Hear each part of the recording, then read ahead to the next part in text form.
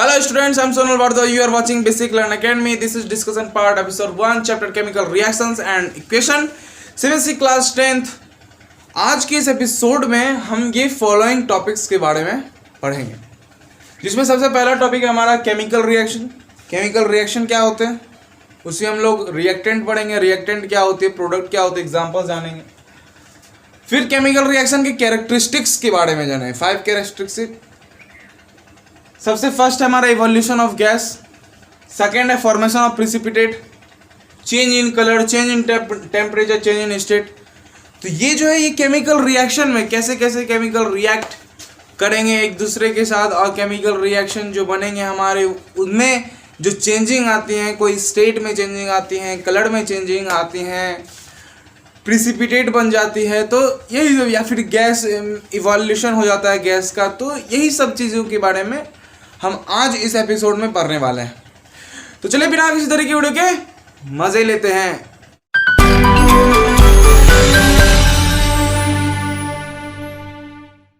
सबसे पहला क्वेश्चन यही है, हमारे चैप्टर का नाम है chemical reactions and equations.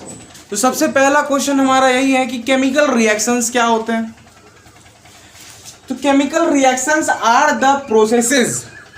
Chemical reactions ऐसे प्रोसेस हैं, केमिकल रिएक्शन जो होता है वो एक ऐसा प्रोसेस है, कोई एक केमिकल रिएक्शन की मैं बात कर रहा हूँ।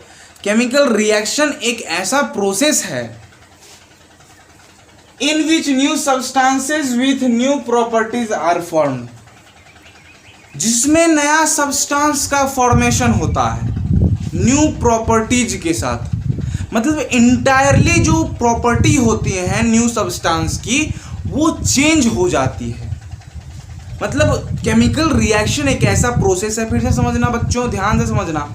केमिकल रिएक्शन एक ऐसा प्रोसेस है जिसमें नए सब्सटेंस का फॉर्मेशन होता है नए प्रॉपर्टी के साथ। लेकिन एक चीज़ का अंतर है कि जो एटम्स होते हैं वो चेंज नहीं हो जाते। अगर सोडियम के एटम है तो ये थोड़ी कि वो पोटेशियम का एटम बन जाएगा। सोडियम के एटम पहले थे, अब रिएक्शन के बाद भी सोडियम के ही एटम रहेंगे।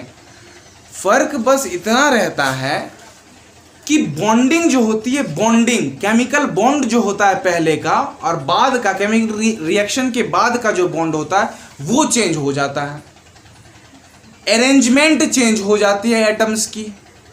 अब देखो जैसे कि हाइड्रोजन है H2 फॉर्म में, 2 हाइड्रोजन एक साथ है और 2 ऑक्सीजन एक साथ है, O2 है।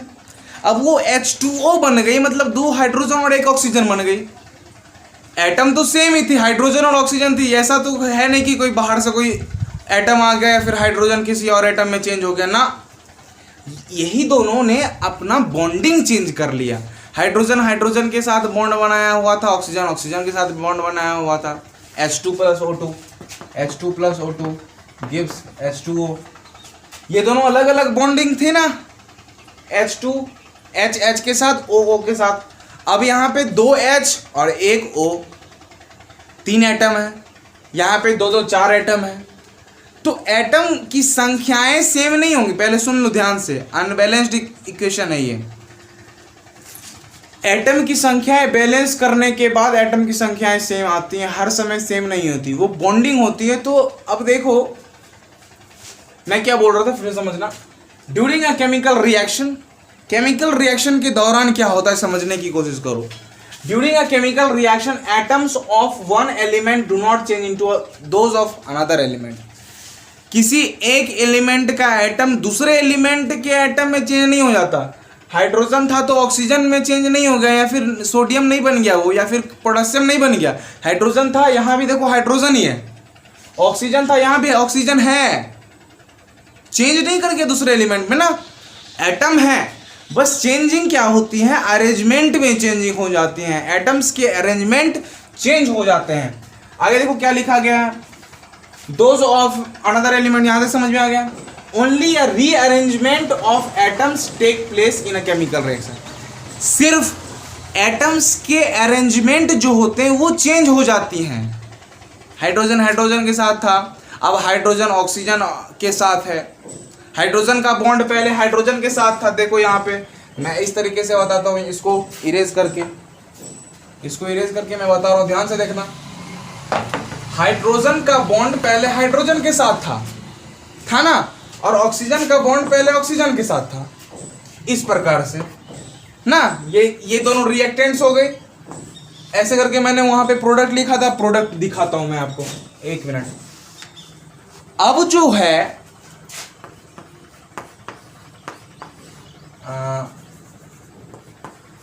अब देखो, हाइड्रोजन के साथ बॉन्ड बना है नहीं, हाइड्रोजन की बॉन्डिंग ऑक्सीजन के साथ हो गई।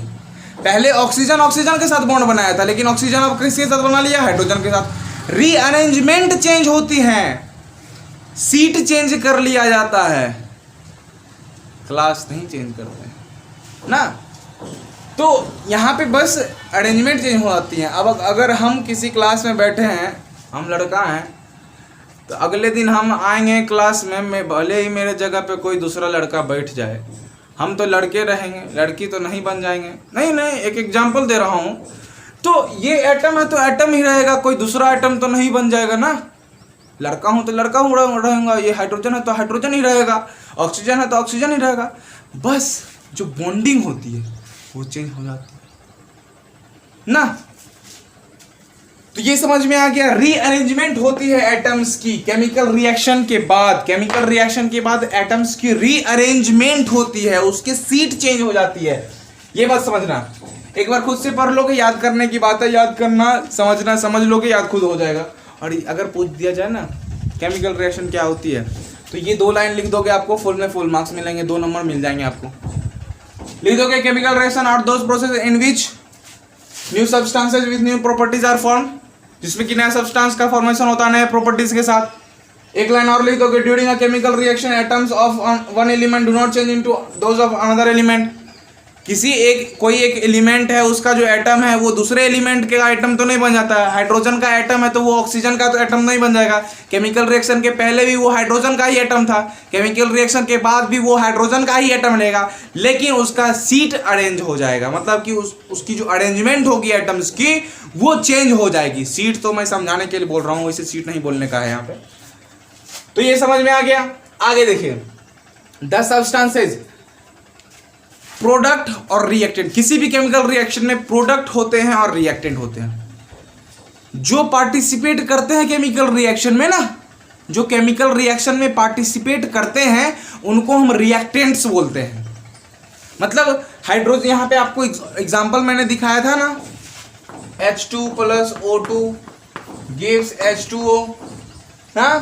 तो यहाँ पे हाइड्रोजन की 2 एटम है, एक मॉलिक्यूल में 2 एटम, हाइड्रोजन के एक मॉलिक्यूल में 2 एटम, ऑक्सीजन के एक मॉलिक्यूल में 2 एटम ना।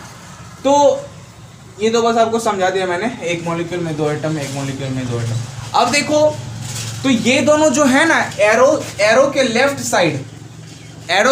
साइड केमिकल रिएक्शन के पहले ये दोनों केमिकल रिएक्शन में जो पार्टिसिपेट करते हैं ना, उसको हम रिएक्टेंट्स बोलते हैं। उनको हम क्या बोलते हैं? रिएक्टेंट्स बोलते हैं। और केमिकल रिएक्शन के बाद जो नया फॉर्मेशन होता है ना, न्यू सब्सटेंस का जो फॉर्मेशन होता है न्यू प्रॉपर्टी के साथ, एकदम न्यू प्रॉपर्टी के साथ जो फॉर्मेशन होता है वो उसको हम प्रोडक्ट बोलते हैं। ये देखो H2O प्रोडक्ट हो गया। ये एरो जो है, ये एरो के राइट साइड प्रोडक्ट होगी, एरो के लेफ्ट साइड रिएक्टेंट होगी। और ये जरूरी नहीं है कि रिएक्टेंट 2 या 2 से अधिक हो, एक भी हो सकती है। जैसे मान लो CaCO3 कैल्शियम कार्बोनेट, एक रिएक्टेंट उसको कह सकते हैं। एरो दे के हम लिख देंगे CaO + CO2। टूट गया। आगे पढ़ाएंगे टाइप्स ऑफ केमिकल रिएक्शन में, मैं पढ़ाऊंगा अलग अलग टाइप के केमिकल रिएक्शंस होते हैं। मजेदार हो जाएंगे वीडियो सारे। केमिकल रिएक्शन इतना आसान चैप्टर बोलने का दिक्कत ही नहीं है, पहले समझ लो पहले। तो ये समझ में आ गया आपको? हाँ, H2 + O2, ये दोनों जो हैं, ये और ये रिएक्टेंट्स हैं और ये प्रोडक्ट है।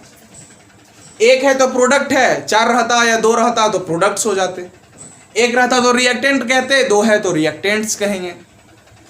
ऐसी बात है, थोड़ी इंग्लिश की नॉलेज रखनी चाहिए बच्चों, आपको है ही, आप लोग होशियार हो गई। तो रिएक्टेंट्स किसे कहेंगे? The new substances produced as a नहीं यहाँ पे the substances which take part in a chemical reaction are called reactants. तो जो केमिकल रिएक्शन में पार्टिसिपेट करते हैं ना उनको हम रिएक्टेंट्स बोलते हैं। The new substances produced as a result of chemical reaction are called products. Result, chemical reaction का जो रिजल्ट निकलता है, मतलब कि जो न्यू सब्सटेंस फॉर्म होते हैं उसको हम लोग क्या कहते हैं, न्यू प्रॉपर्टी के साथ जो न्यू सब्सटेंस फॉर्म होता है उसको हम प्रोडक्ट कहते हैं। समझ में आ गया। अब बहुत इंपॉर्टेंट बात, एक लाइन बहुत इंपॉर्टेंट है। केमिकल रिएक्शन में जो रिएक्टेंट्स होते हैं, जो केमिकल रिएक्शन में जो रिएक्टेंट्स होते हैं, बस वही रिएक्टेंट का ट्रांसफर हो जाते हैं प्रोडक्ट में, वही रिएक्टेंट ट्रांसफर हो जाते हैं प्रोडक्ट में, बस उनकी अरेंजमेंट हो जाती है, एटम्स की अरेंजमेंट हो जाती है, एटम्स की अरेंजमेंट हो जाती है, बॉन्डिंग चेंज हो जाता है, सब्सटेंस चेंज नहीं होता, सब्सटेंस की प्रॉपर्टी चेंज हो जाती है, न्यू सब्सटेंस फॉर्म हो जाता है। दो अलग अलग सब्सटेंसेस थे ना, एक नया सब्सटेंस बना न्यू प्रॉपर्टी के साथ, लेकिन उसके अंदर जो ये जो सब्सटेंसेस थे, ये जो छोटी छोटी एटम्स है, वो एटम्स तो वही रहे, हाइड्रोजन के एटम, ऑक्सीजन के एटम, यहाँ भी हाइड्रोजन के एटम, ऑक्सीजन के एटम, बस बॉन्डिंग चेंज हो गई, बस अरेंजमेंट चेंज हो गया, रीअरेंजमेंट हुआ है, बस यही समझना है। केमिकल रिएक्शन कोई बड़ी बात नहीं है, समझ में आ गया, बस रीअरेंजमेंट होती है। मैं बार बार रिपीट कर रहा हूँ, रीअरेंजमेंट, यही शुरुआती दौर में ही बस एक इसी एपिसोड शायद बोरिंग फील होगी, वैसे हो नहीं रही होगी, तो ये बस थी। तो ये चीज समझ में आ गया बच्चों, very good. Pause the video, note it down, ये सब याद कर लेना आप लोग बस, और कुछ नहीं। एक एग्जांपल देखिए केमिकल रिएक्शन का, बहुत ही इंपॉर्टेंट एग्जांपल है। मैग्नीशियम, तो आप सभी जानते हैं मैग्नीशियम क्या होता है, मैग्नीशियम की एटॉमिक नंबर क्या होती है, ये सभी जानते हैं आप। मैग्नीशियम किस कलर का होता है ये भी जानते हैं। Magnesium white, silvery white metal होती है, मैग्नीशियम मेटल होती है, 12 होती है उसकी एटॉमिक नंबर। हाँ, तो ये सब बेसिक चीज़ें हैं, तो ये सब आपको याद होनी चाहिए। जितने भी एटम्स होते हैं या जितने भी एलिमेंट हैं, एटम मैंने बोल, जितने भी एलिमेंट हैं, एलिमेंट के एटॉमिक नंबर, एटॉमिक मास, ये सब आप याद कर लो कम से कम। ये सब आपको कोई याद नहीं करवाएगा, ये आपको खुद याद करना पड़ेगा। लैंग्वेज ऑफ केमिस्ट्री आती है एक बुक, वो खरीद के आप याद करो इसको, ठीक। हाँ, तो आगे बढ़ते हैं। तो मैग्नीशियम जो होती है ना, मैग्नीशियम, तो मैग्नीशियम का हम अभी रिएक्शन करवाएंगे ऑक्सीजन के साथ, in the presence of oxygen. अब मैग्नीशियम जो होती है वो लेबोरेटरी में हम लोग को रीवन के फॉर्म में पाया जाता है। लेबोरेटरी, आप यदि अपने स्कूल में यदि आप लेबोरेटरी जाओगे, इस साल तो नहीं, लॉकडाउन है इस साल तो शायद ही तो ये मैं बोल रहा था कि यदि आप लेबोरेटरी में मान लो जाते हो, तो आपको जो मैग्नीशियम मिलेगी वो रीवन मिलती है, magnesium ribbon. Magnesium is in the form of ribbon, तो रीवन के फॉर्म में वो होती है, रीवन के फॉर्म में। अब देखिए, तो मैग्नीशियम जो है एज रीवन ऑक्सीजन के प्रेजेंस में, जो कि एयर के साथ है, एयर में है और एयर से लिया गया ऑक्सीजन। तो magnesium in the presence of oxygen, जब हीट होती है, जब हम हीट देते हैं, बर्न करते हैं, the burning of magnesium in the presence of air, in air to form magnesium oxide is an example of chemical reaction। ये केमिकल रिएक्शन का एक एग्जांपल है। मैग्नीशियम ऑक्सीजन के प्रेजेंस में, मैग्नीशियम एयर के प्रेजेंस में, बोलो एयर के प्रेजेंस में ऑक्सीजन होती है, एयर में ऑक्सीजन होती है, जानते हो आप। तो ऑक्सीजन में जब बर्न किया जाता है, कोई भी चीज़ यदि बर्न होगी तो ऑक्सीजन के प्रेजेंस में ही बर्न होगी, अन्यथा वो बर्न होगी ही नहीं। कैंडल भी यदि आप जलाते हो माचिस से, तो ऑक्सीजन के प्रेजेंस में ही वह जलती है, ऐसे वो नहीं जलेगी, आपको मालूम है ये। तो क्या हुआ कि ऑक्सीजन के प्रेजेंस में मैग्नीशियम रीवन को बर्न किया गया। बर्न करने के बाद हीट दिया गया, बर्न करना मतलब हीट दिया गया, हीटिंग हुई। तो हीट देने के बाद क्या हुआ कि वो जो मैग्नीशियम रीवन थी, जो कि एक मेटल है, मैग्नीशियम रीवन एक मेटल है, तो वो मेटल कन्वर्ट हो गई मैग्नीशियम ऑक्साइड में, MgO में, जो कि एक वाइट पाउडर है।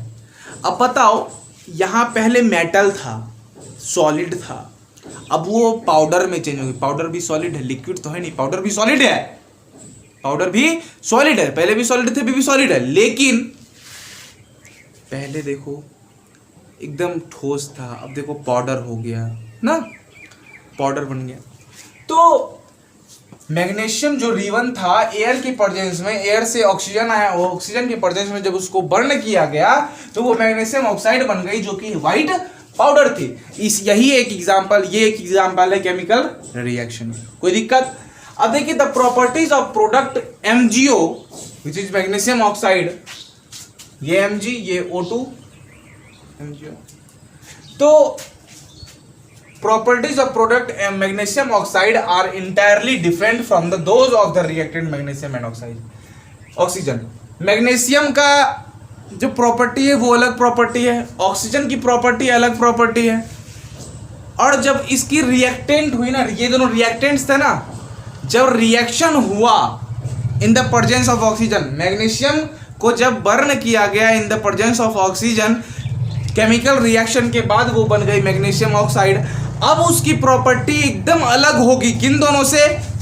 इन दोनों से, दोनों रिएक्टेंट्स से बिल्कुल ही अलग हो जाएगी मैग्नीशियम ऑक्सीजन की प्रॉपर्टी। यही बात बताई गई, समझ में आ गया? Very good. Pause the video, note it down.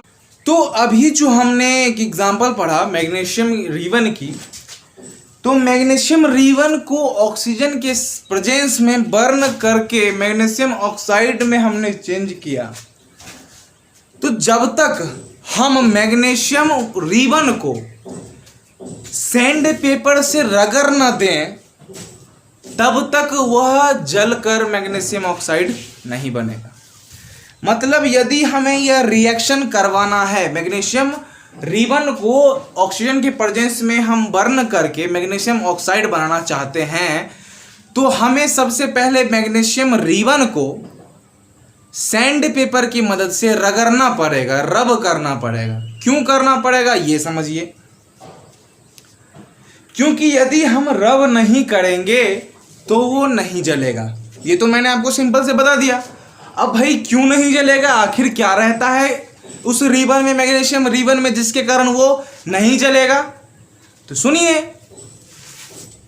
The magnesium ribbon which we use usually has a coating of basic magnesium carbonate on its surface।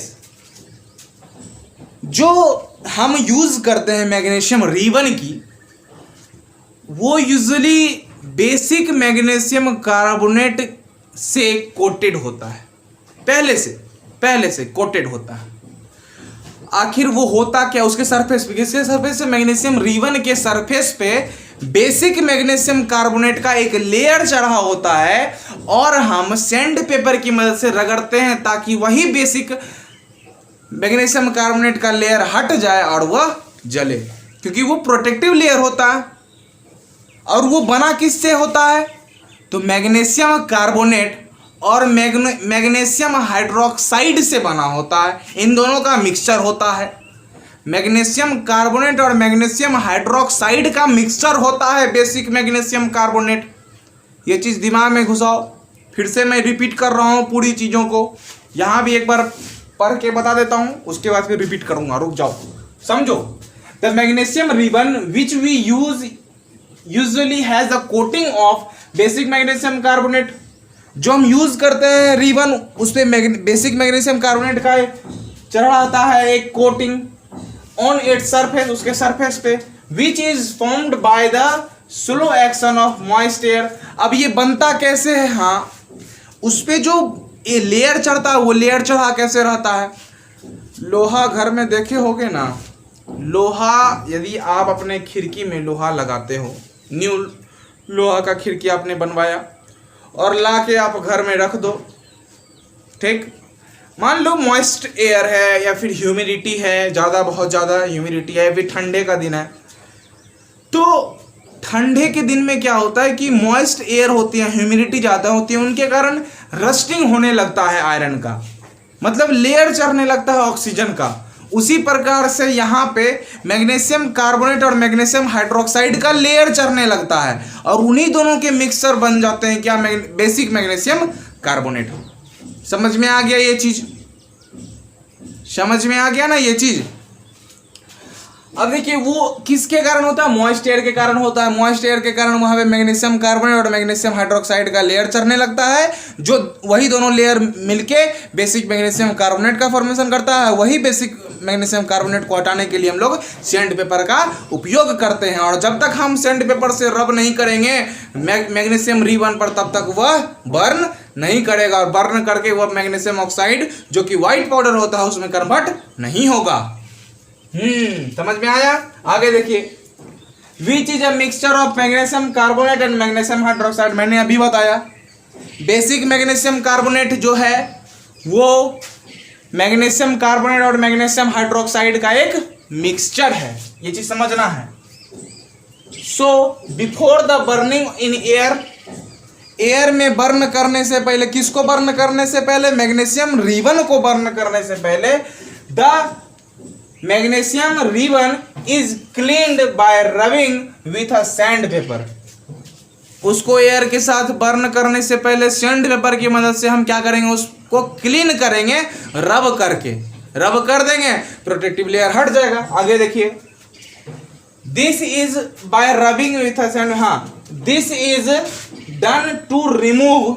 ये क्यों होता है, ये इसलिए होता है कि हमें रिमूव करना होता है। This is done to remove the protective layer of basic magnesium carbonate MgCO3 plus MgOH का whole twice from the surface of magnesium ribbon.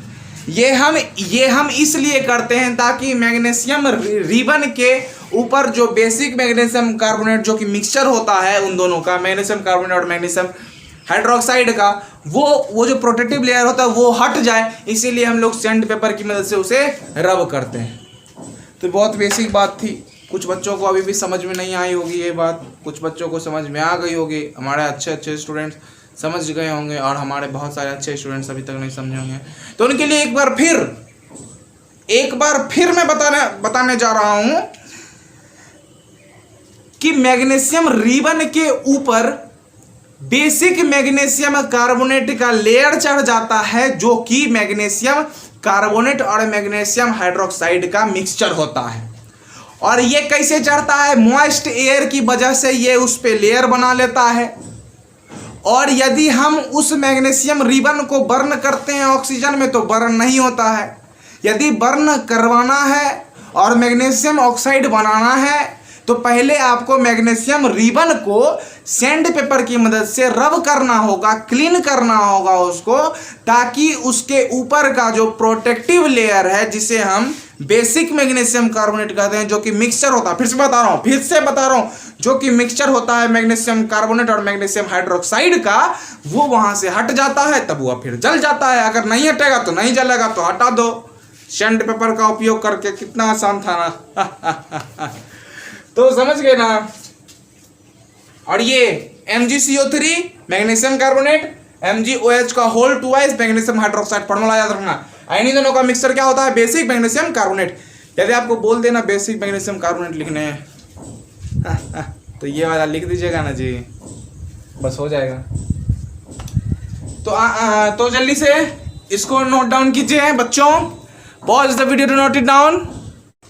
एक बहुत ही इम्पोर्टेंट बात, वो जो हमने मैग्नीशियम रिबन को बर्न करवाया था ना, बर्न करवाया था जो हम मैग्नीशियम रिबन को, तो जिस समय हम बर्न करते हैं उसको, मतलब कि रब करने के बाद, सैंड पेपर से रब करने के बाद उसका जो प्रोटेक्टिव लेयर होता है बेसिक मैग्नीशियम कार्बोनेट, उसको हटाने के बाद जब हम उसको बर्न करते हैं तो उससे एक रिबन से हम जब उसको बर्न करते हैं ऑक्सीजन के प्रेजेंस में, तो एक बहुत लाइट निकलती है उस रिबन से, डेजलिंग लाइट, बहुत ही खतरनाक होती है, हमारे आंखों के लिए बहुत ही डेंजरस होती है। तो जितना दूर आप उसको रख सको उतना दूर रखो उसको, अपने आँख को बचाना है। तो समझ में आ गया, यही बात थी और कुछ बातें नहीं थी। आपकी सेफ्टी का हमारा भी ख्याल है ना। कुछ बच्चे अभी तुरंत मैग्नीशियम रिबन का इस्तेमाल करके जलाने लगेंगे ना, तो बताना ज़रूरी है ना, इसीलिए। हाँ, तो अब ये सारे जो हैं, मिल्क का खट्टा होना, souring of milk,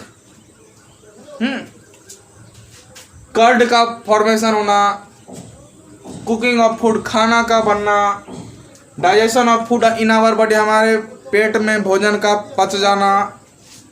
process of respiration, जो हम लोग सांस ले रहे हैं, छोड़ रहे हैं, ले रहे हैं, छोड़ रहे हैं, तो रेस्पिरेशन जो हुई हमारी वो उसका process. Fermentation of grapes, grapes जो होते हैं, जो अंगूर आप लोग खाते हो, वो जब किशमिश में कन्वर्ट हो जाता है, fermentation. Rusting of iron, iron में रस्ट लग जाना मतलब ऑक्सीडाइज हो जाना। बर्निंग ऑफ फ्यूल्स, पबजी खेलते हो तो फ्यूल जलता है कि नहीं, गाड़ी से जब जाते हो तो कभी कभी यदि गाड़ी बंद हो जाता है, पबजी का एग्जांपल से ले रहा हूँ कि बच्चे बहुत खेलते हैं ना कभी कभी, तो समझ रहे हैं आप ना, तो फ्यूल खत्म हो जाती है तो फ्यूल जरूरी है ना, तो फ्यूल जरूरी है, तो फ्यूल का बर्निंग ऑफ फ्यूल जो होते हैं, चाहे पेट्रोल हो, डीजल हो, कुछ भी हो, बर्निंग ऑफ फ्यूल मतलब फ्यूल होता है भाई। Burning of candle wax, candle wax का बर्निंग, मोमबत्ती जिसे कहते हैं।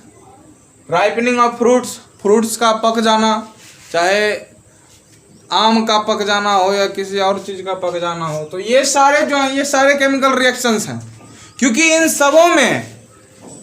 सबों में केमिकल चेंज इन्वॉल्व है। केमिकल रिएक्शन में केमिकल चेंज इन्वॉल्व होते ही होते हैं, इन सारे में केमिकल चेंज इन्वॉल्व है, ये सारे केमिकल रिएक्शन होते हैं। अब खाना ही है भाई, दाल और सब्जी दोनों खाते हैं एक साथ, अलग अलग आता है ना, लेकिन जब तो एक साथ, मतलब समझ रहे हो ना। हाँ हाँ, कुकिंग ऑफ फूड, खाना का पकना, तो अलग अलग दाल रहती है, हल्दी रहती है, नमक रहती है, वाटर भी रहती है, तो अलग अलग देखो सब्सटेंसेज मिल के जब बन जाता है तो दाल बन जाता है। एक मतलब कि दाल जो आप चावल के साथ खाते हो वो दाल बन जाता है, और एक दाल रहता है कच्चा दाल, तो अलग होती है ना। अब सब्जी ही है तो आलू रहेगा, आलू खाते हैं ना आप लोग, पोटैटो जिसे कहते हैं इंग्लिश में, पोटैटो रहेगा, साल्ट रहेंगे, और भी बहुत सारे चीज़ रहते हैं, हमको मालूम नहीं है, हम तो बनाते नहीं खाना, तो वो सारे मिल जाते हैं, तो वो सारे खाना बन जाते हैं, मतलब कि वो सारा सब्जी बन जाता है मिल के। तो अब क्या उससे आप चेंज करोगे क्या, फिर से उससे निकालोगे, नमक अलग करोगे, आप हल्दी अलग करोगे, नहीं कर सकते ना, तो वो सब चेंज है ना, वो सब चेंज है।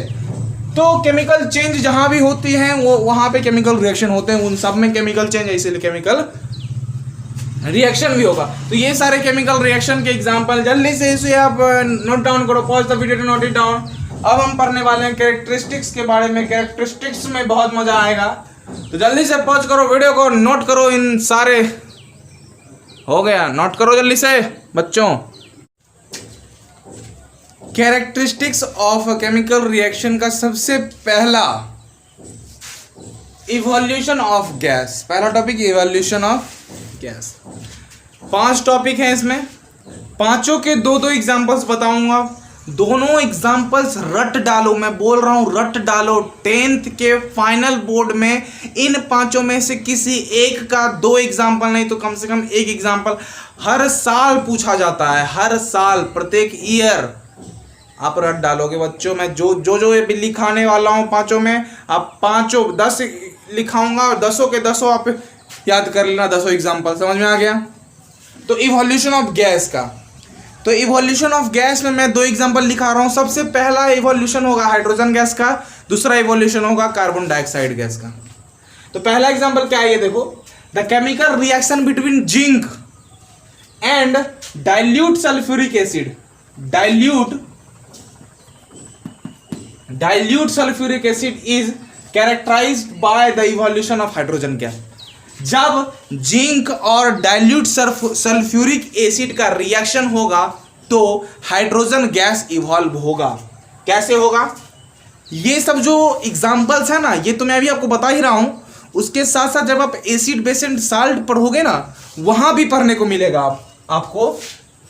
When metal reacts with acid then hydrogen gas is evolve, क्या फॉर्म होता है, साल्ट फॉर्म होता है या फिर क्या फॉर्म होता है, ये सब आप वहाँ पढ़ोगे। ऐसे ऐसे वहाँ पे एसिड बेस एंड साल्ट में भी हमको पढ़ने को मिलेगा। तो सबसे पहला बात तो ये कि केमिकल रिएक्शन जब जिंक और सल्फ्यूरिक एसिड के बीच रिएक्शन होगा तो हाइड्रोजन गैस का इवोल्यूशन होगा। इसमें कोई दिक्कत, ये याद रखो आप लोग। जिंक और डाइल्यूट सल्फ्यूरिक एसिड के बीच का जब रिएक्शन होगा तो जिंक सल्फेट तो बनेगा ही बनेगा, ZnSO4 तो बनेगा ही बनेगा, साथ में H2 भी इवॉल्व होगा, H2 भी इवॉल्व होगा। पहला एग्जांपल ये आप लोग याद कर लो। दूसरा एग्जांपल क्या है, the chemical reaction between sodium carbonate Na2CO3।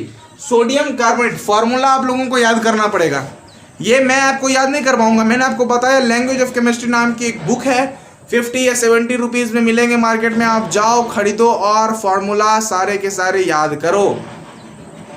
Formula याद करना है, वो आपको कोई याद करवाएगा नहीं। आप इतने बड़े हो गए हो, 10th क्लास में आ गए हो, वो आपको खुद याद करना पड़ेगा।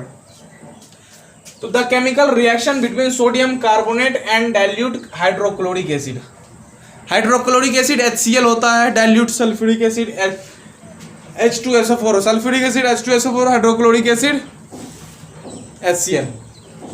Sodium carbonate Na2CO3, sodium carbonate जब HCl के साथ रिएक्ट करता है तो NaCl का फॉर्मेशन करेगा, साल्ट बनाता है, वाटर निकालता है, साथ में कार्बन डाइऑक्साइड इवॉल्व करता है।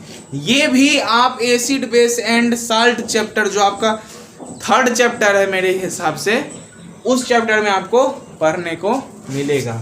ये समझ में आ गया।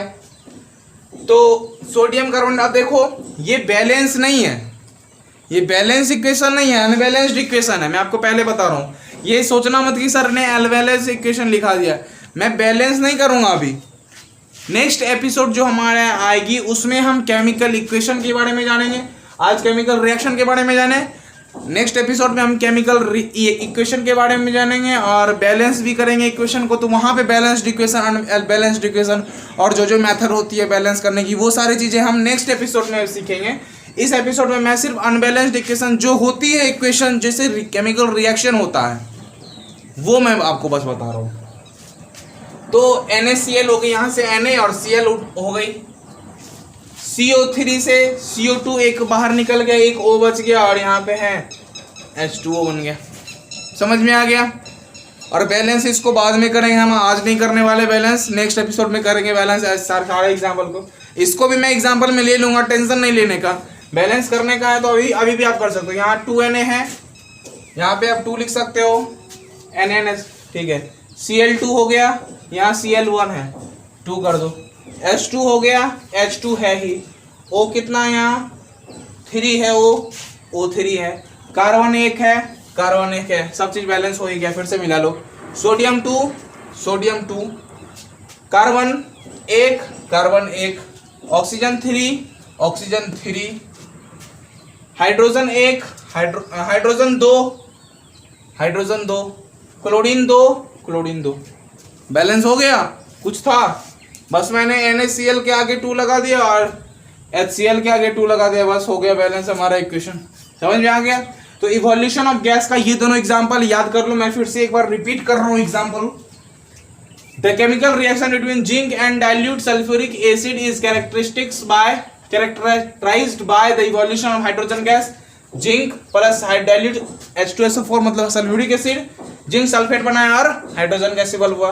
उसी प्रकार से यहाँ पे देख लो आप, समझ में आ गया। ये सोडियम कार्बोनेट और HCl जब रिएक्ट हुआ तो सोडियम क्लोराइड और H2O और CO2 इवॉल्व किया। ये दोनों एग्जांपल याद कर लेना आप लोग।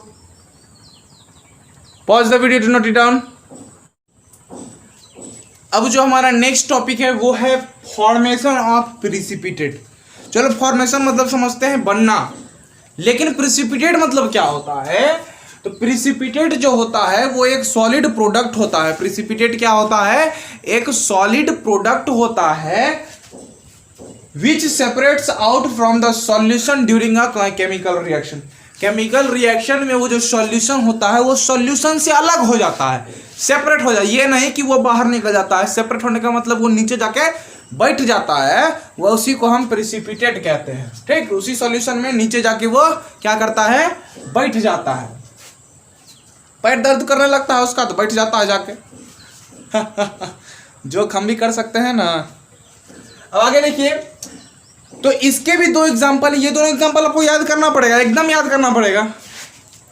सबसे पहला एग्जाम्पल है the chemical reaction between potassium iodide, potassium iodide, potassium iodide के जो होता है potassium iodide and lead nitrate, lead nitrate PbNO3 is characterized by the formation of a yellow precipitate of lead iodide। देखो कैसे लिखोगे आप लोग, लिखोगे potassium iodide plus lead nitrate, arrow दे दोगे। अब लिखोगे पोटासियम, ये पोटासियम आयोडाइड है, लेड नाइट्रेट हो गया, तो जो प्रिसिपिटेट होगा वो होगा लेड आयोडाइड का, लेड आयोडाइड का प्रिसिपिटेट होगा। और लेड आयोडाइड एरो दे के लिखोगे lead iodide plus potassium nitrate, या फिर प्लस पोटासियम नाइट्रेट एरो दे के potassium nitrate plus lead iodide भी आप लिख सकते हो। लेड आयोडाइड जो PbI बनेगा वो प्रिसिपिटेट होगा और वही नीचे जाके बैठ जाता है सॉल्यूशन में, और वो कलर कैसा होता है, वो येलो कलर का होता है। कैसा कलर का होता है?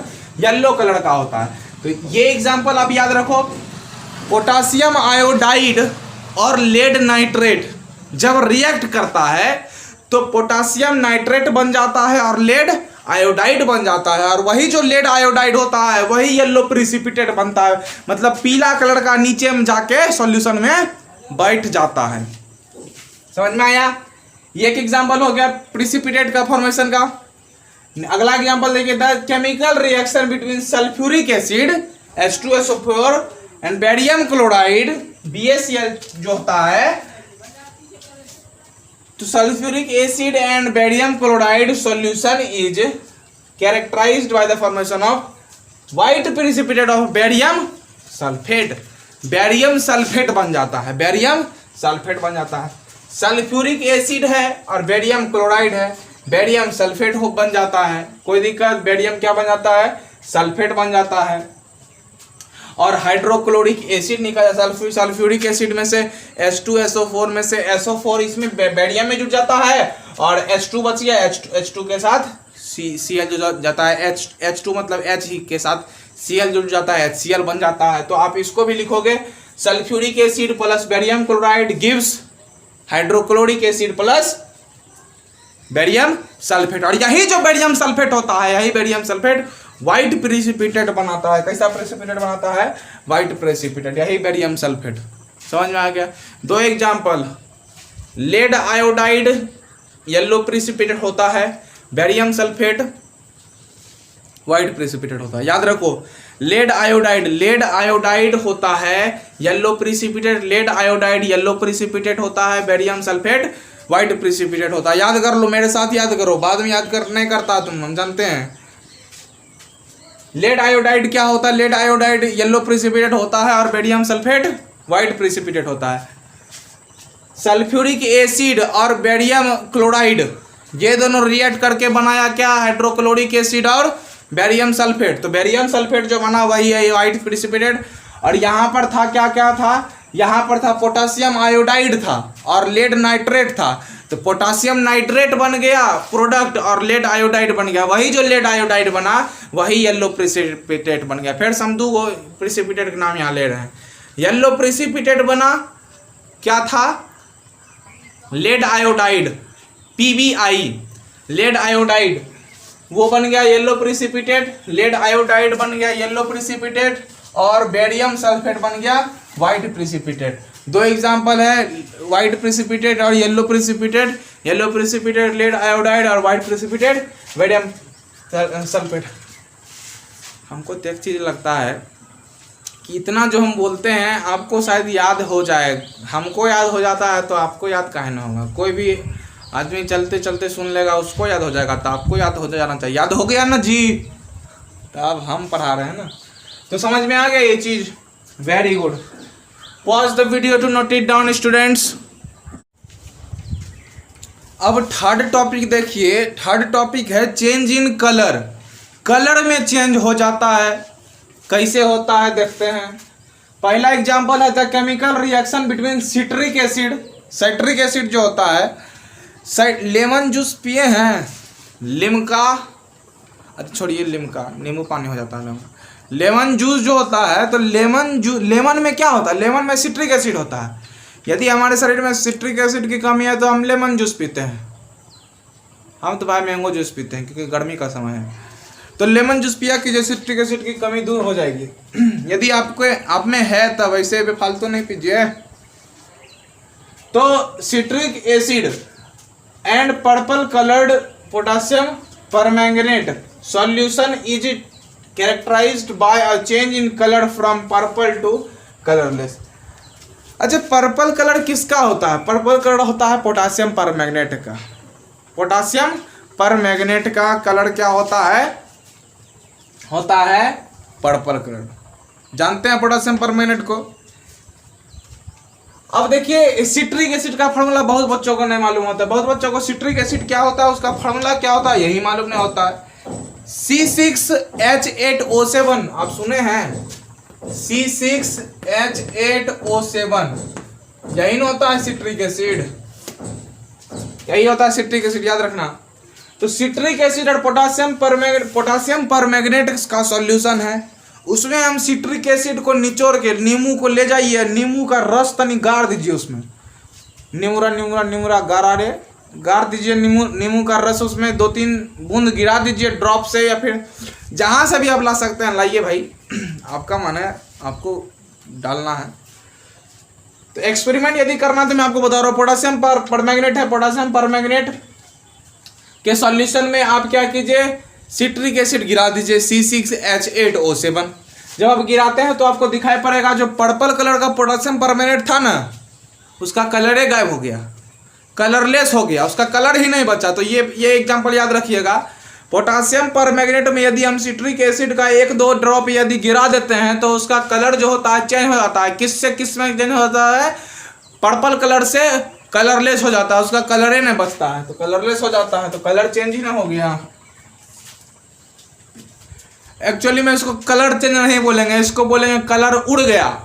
चेंज होना मतलब पर्पल से कुछ हो जाना, रेड ग्रीन ऐसा, लेकिन कलरलेस हो गया तो कलर उड़ न गया जी। व्हाइट होता तो न, कुछ व्हाइट भी तो नहीं है, कलरलेस है, कोई कलर न है, तो इसको कहेंगे कलर उड़ गया। साइंस में ऐसा नहीं कहते, अपनी भाषा में कहते हैं। ये समझ में आ गया। अब देखिए सेकेंड एग्जाम्पल ये है, the chemical reaction between sulphur dioxide gas and acidified potassium dichromate solution is characterized by a change in color from orange to green। Potassium dichromate का कलर, एसिडिफाइड पोटासियम डाइक्रोमेट जो होता है उसका colour होता है orange. K2Cr2O7 potassium dichromate O7 है यहाँ पे। तो ये भी फॉर्मूला याद रखिएगा। इसके सॉल्यूशन में यदि इसके सॉल्यूशन से होकर, जैसे हम लोग कहीं से पास होते हैं ना भाई, तो गैस पास होता है ना, हम लोग का गैस नहीं, मतलब कि जो इससे मतलब ये जो है ना एसिडिफाइड पोटासियम डाइक्रोमेट है, उससे यदि सल्फर डाइऑक्साइड गैस पास होता है, मतलब होके निकलता है उधर से, तब उसका कलर ऑरेंज से ग्रीन में चेंज हो जाता है। तब उसका कलर ऑरेंज से ग्रीन में चेंज हो जाएगा। क्यों चेंज हो जाएगा? क्योंकि गैस पास हुआ। तो ये 2 एग्जांपल याद रखिएगा कलर चेंजिंग का। ये दोनों एग्जांपल बहुत ही best example, one of the best example है कलर चेंज में। तो ये याद रखिएगा। पहला, सिट्रिक एसिड गिरा दिए हम किस में, सिट्रिक एसिड गिरा दिए किस में, पोटासियम परमैंगनेट के सॉल्यूशन में। तो कि क्या हो गया, कलरलेस हो गया, पर्पल कलर से कलरलेस हो गया, कलर चेंज हो गया, कलर उड़ गया।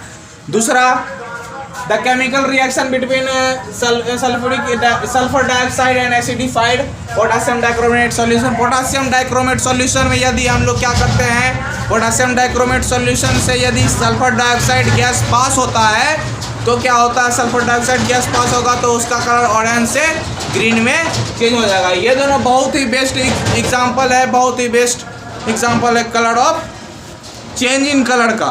तो कैरेक्टरिस्टिक, ये थर्ड कैरेक्टरिस्टिक था केमिकल रिएक्शन का। अब फोर्थ कैरेक्टरिस्टिक पढ़ेंगे हम लोग। फोर्थ कैरेक्टरिस्टिक क्या है आगे देखेंगे हम लोग। तो सबसे पहले एक काम कीजिए, pause the video to note it down students. Next characteristic हमारा है चेंज इन टेम्परेचर। अब टेम्परेचर दो प्रकार से चेंज हो सकते हैं, या तो टेम्परेचर बढ़ सकता है या तो टेम्परेचर घट सकता है। टेम्परेचर जब राइज होगा, इसका मतलब टेम्परेचर जब बढ़ जाएगा तो एक्सोथर्मिक रिएक्शन, और टेम्परेचर जब घट जाएगा तो इंडोथर्मिक रिएक्शन। याद रखो, टेम्परेचर जब बढ़ जाएगा तो एक्सोथर्मिक रिएक्शन, टेम्परेचर जब घट जाएगा तो इंडोथर्मिक रिएक्शन। अब एक्सोथर्मिक मतलब क्या, टेम्परेचर बढ़ना, टेम्परेचर बढ़ा जो कि एक्सोथर्मिक रिएक्शन। एक्सोथर्मिक मतलब heat producing reaction, heat produce होता है, हीट प्रोड्यूस होता है तो हीट बढ़ता है। हीट बढ़ेगा मतलब टेम्परेचर बढ़ेगा, टेम्परेचर बढ़ेगा इसका मतलब एक्सोथर्मिक रिएक्शन, हीट इवॉल्व हो रहा है, निकल रहा है, प्रोड्यूस हो रहा है। नेक्स्ट है हीट जो होगा एब्जॉर्ब होगा। एब्जॉर्ब होगा मतलब कूल डाउन, हीट एब्जॉर्ब हो गया मतलब कि कूल हो गया, ठंडा हो गया, उसी को एंडोथर्मिक रिएक्शन कह देंगे। कोई दिक्कत नहीं, दिक्कत समझ में आ गया। तो यही दो एग्जांपल है हमारा, एक हीट प्रोड्यूसिंग रिएक्शन, एक heat absorbing reaction. Heat producing reaction जो होता है मतलब हीट इवॉल्विंग रिएक्शन जो होता है वो हो जाता है rise in temperature, temperature rise कर जाता है। अब फॉल इन टेम्परेचर हो जाता है हीट एब्जॉर्बिंग रिएक्शन, जो कि जिसको हम इंडोथर्मिक रिएक्शन करते हैं। और एक्सोथर्मिक रिएक्शन जो होता है वो राइज इन टेम्परेचर हो जाता है, टेम्परेचर उसमें बढ़ जाता है। देखो यहाँ पे समझो, the chemical reaction between quicklime, quicklime क्या होता है, कैल्शियम ऑक्साइड, कैल्शियम ऑक्साइड होता है क्विकलाइम, याद रखिए कैल्शियम ऑक्साइड होता है क्विकलाइम। तो calcium oxide, the chemical reaction between quicklime and water to form slaked lime. Slaked lime क्या होता है, कैल्शियम हाइड्रोक्साइड, CaOH का होल ट्वाइस, CaOH का होल ट्वाइस। जब कैल्शियम लाइम, क्विक लाइम में जो कि कैल्शियम ऑक्साइड होता है, इसको हम लोग लाइम भी कहते हैं। कैल्शियम ऑक्साइड में जब हम वाटर को मिला देते हैं तो सिलेक्ट लाइम बन जाता है, जिसको हम लोग कैल्शियम हाइड्रोक्साइड कहते हैं। मतलब कैल्शियम ऑक्साइड में जब वाटर मिल जाएगा तो कैल्शियम हाइड्रोक्साइड बन जाएगा। अब देखिए, और यही जो है कैल्शियम ऑक्साइड में जब वाटर मिल जाता है तो कैल्शियम हाइड्रोक्साइड बन जाता है। और बीकर में यदि आप बीकर को टच कीजिएगा कैल्शियम हाइड्रोक्साइड बनने के बाद तो बीकर बहुत ही गर्म लगेगा, आपको हॉट फील होगा। और वही तब हमको जब हॉट फील होता है तो हम समझते हैं कि हीट राइज कर गया। और हीट जब राइज कर गया इसका मतलब क्या है कि हीट प्रोड्यूसिंग रिएक्शन है। और हीट प्रोड्यूसिंग रिएक्शन है इसका मतलब यह है कि टेम्परेचर राइज कर गया। टेम्परेचर राइज करने का मतलब है कि हम इसे कह सकते हैं एक्सोथर्मिक रिएक्शन। नेक्स्ट जो रिएक्शन है वो है हमारा barium hydroxide, the chemical reaction between barium hydroxide and ammonium chloride.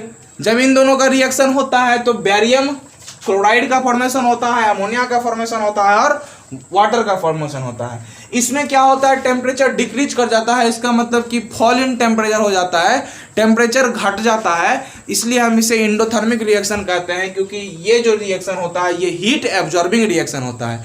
Heat जब एब्जॉर्ब होगा तो टेम्परेचर घट जाएगा, हीट जब इवॉल्व होगा या फिर हीट जब प्रोड्यूस होगा तो टेम्परेचर बढ़ जाएगा। हीट इवॉल्व होगा, टेम्परेचर बढ़ जाएगा तो हम कहेंगे एक्सोथर्मिक रिएक्शन। यदि हीट एब्जॉर्ब हो जाएगा, टेम्परेचर घट जाएगा तो हम कहेंगे एंडोथर्मिक रिएक्शन। ये दोनों रिएक्शन बहुत ही इंपॉर्टेंट रिएक्शन है। आपको इन पांचों कैरेक्टरिस्टिक्स में से एक कोई कैरेक्टरिस्टिक का दो एग्जांपल पूछा जा सकता है, तो ये भी आप याद कर लोगे। समझ में आ गया? Very good. Pause the video to note it down. सबसे लास्ट जो हमारा टॉपिक है वो ये है change in state, the combustion reaction of candle wax. जो मोमबत्ती होती है उसका जो कंबशन रिएक्शन होता है, जब हम उसको जलाते हैं ऑक्सीजन के प्रेजेंस में तो चेंज होती है स्टेट। सॉलिड में रहती है वो वैक्स, जब उसे हम जलाते हैं तो वो लिक्विड में कन्वर्ट कर जाती है और फिर वह गैस में भी कन्वर्ट कर जाती है, solid to liquid and gas. अब क्यों होती है? Because wax is solid, wax solid है, सही बात। Water formed by the combustion of wax, water form होता है is a liquid at room temperature.